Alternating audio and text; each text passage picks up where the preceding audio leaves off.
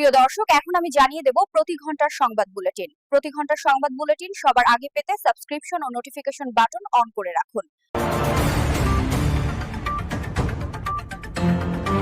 ভাঙায় টর্চ জ্বালিয়ে সংঘর্ষে জড়ালো ৪ গ্রামবাসী, আহত ৪০।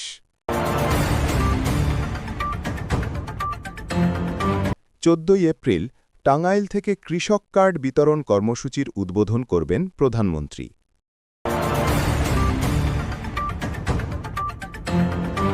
রাত ৮টা পর্যন্ত দোকান খোলা রাখার সুযোগ চান ব্যবসায়ীরা।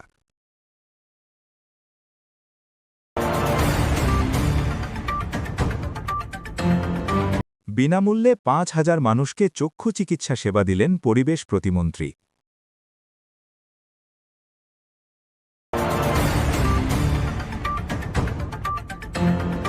মেয়ে জাইমাকে নিয়ে বনলতা এক্সপ্রেস দেখতে গেছেন প্রধানমন্ত্রী।